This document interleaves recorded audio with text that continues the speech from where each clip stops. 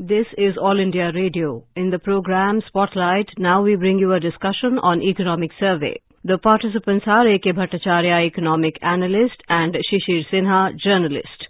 Mr. Bhattacharya, my first question to you, what is the biggest takeaway from the economic survey for fiscal year 2020-2021? The biggest takeaway from the economic survey for 2020-21 is about what is going to be the fiscal policy strategy for not only next year, but also a couple of years ahead. I will explain to you why I say that. This survey has been presented just 3 days before the budget for 2021-22 will be presented in Parliament, that is on Monday, 1st February. Now, there has been a debate that preceded it and still continuing, which is that should the government be spending more money or not to not only revive growth, but also capitalize on the early signs of recovery that one has seen in different parts of the economy. As you would know, that the current year, the government's additional expenditure has been very, very small on the government account. The government account additional expenditure is just about less than 2% of GDP. And even if you take a look at the government expenditure in the current year so far, for which data is available till November, the increase in government's total expenditure compared to what the government spent in the same time in 2019-20, the increase is only about less than 5%. So there is this debate going on, and I think the economic survey sets at rest this debate over should the government be spending more or not. Economic survey in unequivocal terms says that there is need for maintaining an expansionary fiscal policy. In plain English language, this means that the government should not really worry about its fiscal deficit. That is, to my mind, is the biggest takeaway. And along with that, it says that if you want to take advantage of the revenue buoyancy that is likely to happen because of 11% real terms growth that is expected next year, you must maintain expenditure support and initiate more reforms. So this, to my mind, is the biggest takeaway from the economic survey that was presented a day ago. Mr. Bhattacharya, you are talking about fiscal expansion, but do you think that we have room available for that? The question that we need to address here is that does the government have the wherewithal to finance the higher expenditure that the economic survey recommends that the government must? Two issues there. One is the survey answers because it projects a real terms economic growth of around 11%. And also a nominal growth of a little over 15%.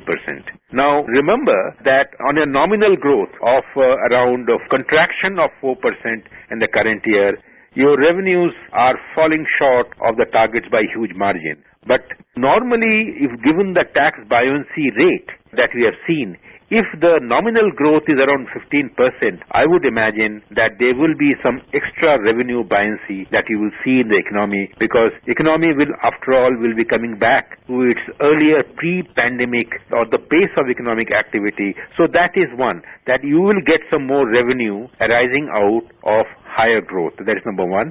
Number two, what the survey will not say but probably will hint at is the possibility or the room for extra mobilization of revenues, not just through tax and non-tax measures, but also through asset sales. Actually, not both. The three areas that I mentioned. One is the tax revenue side. Second is the non-tax revenue side. Third is the asset sales, which is the disinvestment side. Remember that in the current financial year, the disinvestment or the asset sale performance has been very poor for understandable reasons. But given the fact that the LIC IPO, the BP sale, and probably the Air India sale, and along with the government's public sector policy that the government will not allow any non-strategic sector to have more than two public sector companies, so which means that a long list of public sector companies probably will have to go for an outright sale, in other words, privatization, in other words, which means more revenue for the government. So asset sales side, you can see some extra revenue. From the non-tax revenue side, whose share in GDP and whose share in the total government revenue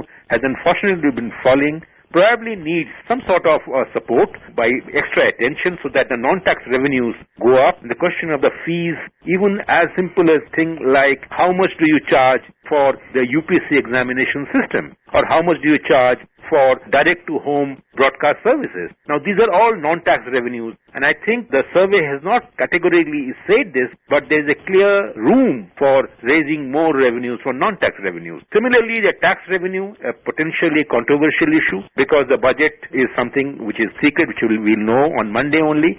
But my sense is that yes, there is room for additional taxation measures in areas which have seen smart recovery and significant capital gains, even at a time when the other parts of the economy have not done too well. And do you think that there is any scope for a new cess or even surcharge? Because people are talking about one of the options for having additional resources is through cess. And we also understand that because of the 15th Finance Commission recommendation, there will be need for permanent fund for defense sector, and for that you also need some additional revenue. So do you support the idea of raising money through cess or surcharge? I think in a post-COVID year, an idea of a COVID cess or surcharge or even a COVID bond are ideas that are definitely worth look. Whether it will be a COVID bond, which would mean that it will give the people an opportunity to invest in those sovereign bonds, and the government will raise some revenues out of that. So it will only mean the government will have to give some interest payments,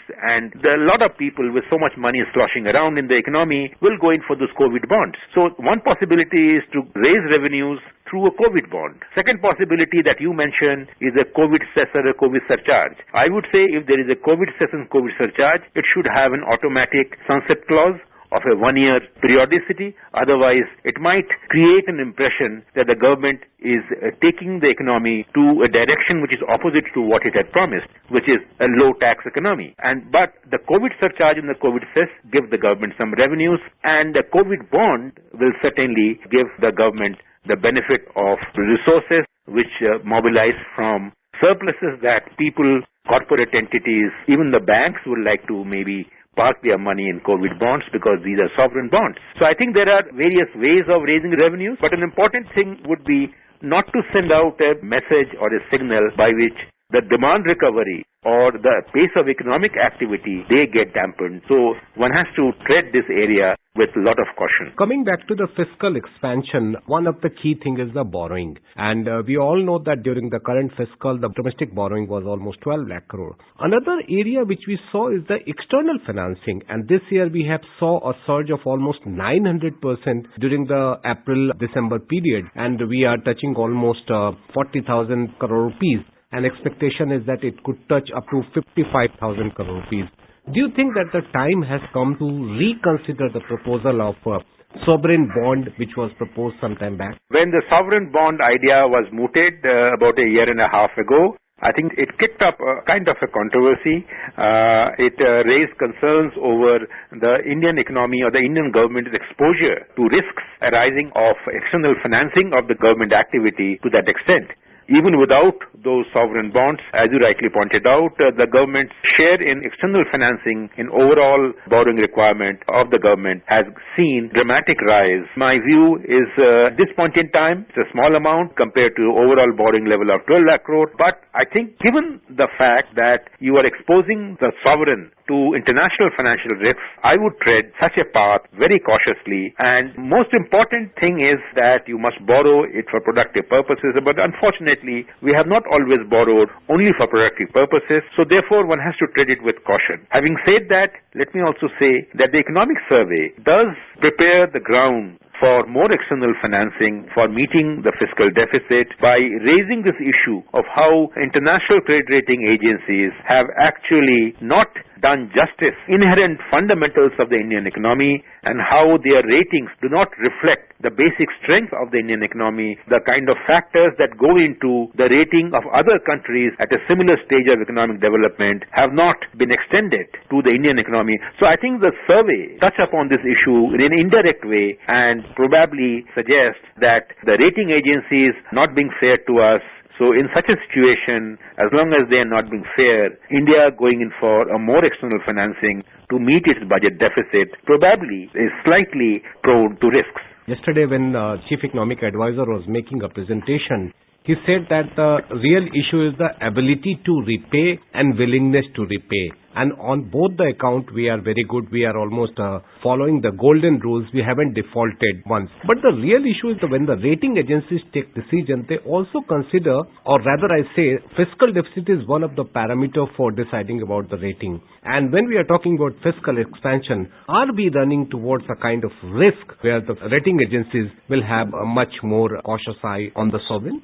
I could agree with you more, which is I was suggesting that we must tread this path with tremendous caution, because you can probably go in for a higher borrowing within the country and manage that risk internally. But if you allow that borrowing to be diversified and sourced from international, the capital market or the pension funds and all that, then you are exposing the country's domestic financing to risks that you otherwise would not have if you continue to spend more, incur more debt. So on the one hand, you need to spend more. You need to go in for more debt. Remember that the economic survey is also saying that the 15th Finance Commission will most probably lay out a new roadmap for the government's fiscal consolidation road plans, and not only for the center but also for the state. That's a very important recommendation that the Finance Commission, the economic survey has made, that the fiscal consolidation roadmap is relevant not just for the center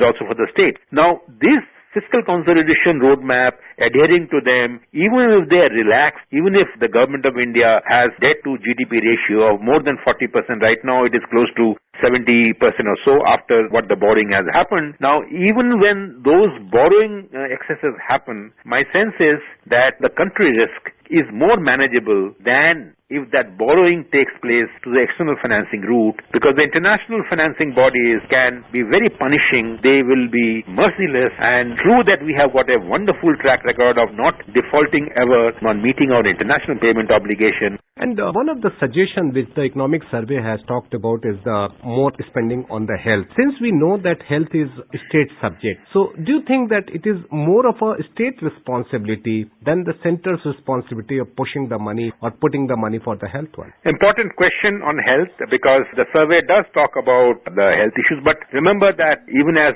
it is a state issue, the center cannot remain oblivious to the challenges that arise on the health sector, and which is why the economic survey has underlined not just the need for raising the health expenditure to GDP ratio from the current level of 1% or so to 2.5% and 3% of GDP over a period of time, and that it is underlined. And then number two, important point the economic survey talks about is the need to create sectoral regulators for the healthcare delivery system. Right now, we do not have a proper regulatory system that oversees the manner in which the health infrastructure is rolled out, healthcare services are rolled out. So therefore, the suggestion that we need to have a proper regulatory mechanism, that is very, very important, and that too, I would say, an important takeaway from the economic survey. Hopefully, the government will respond to these suggestions in a positive way. And along with that the survey also makes two very important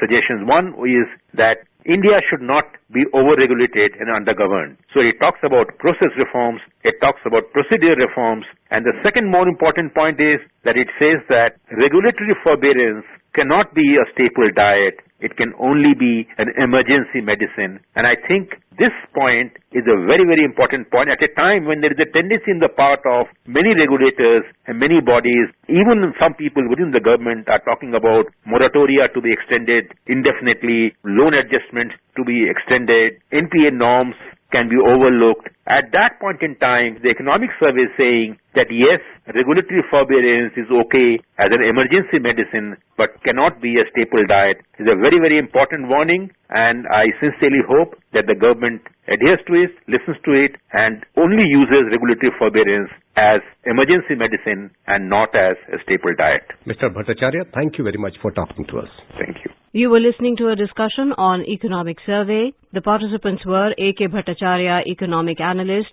and Shishir Sinha, journalist. This program was produced and presented by the News Services Division of All India Radio. You can listen to it on our mobile app, News on AIR. This program is also available on our website, newsonair.com. You may email your opinion about this program at airnsttalks@gmail.com.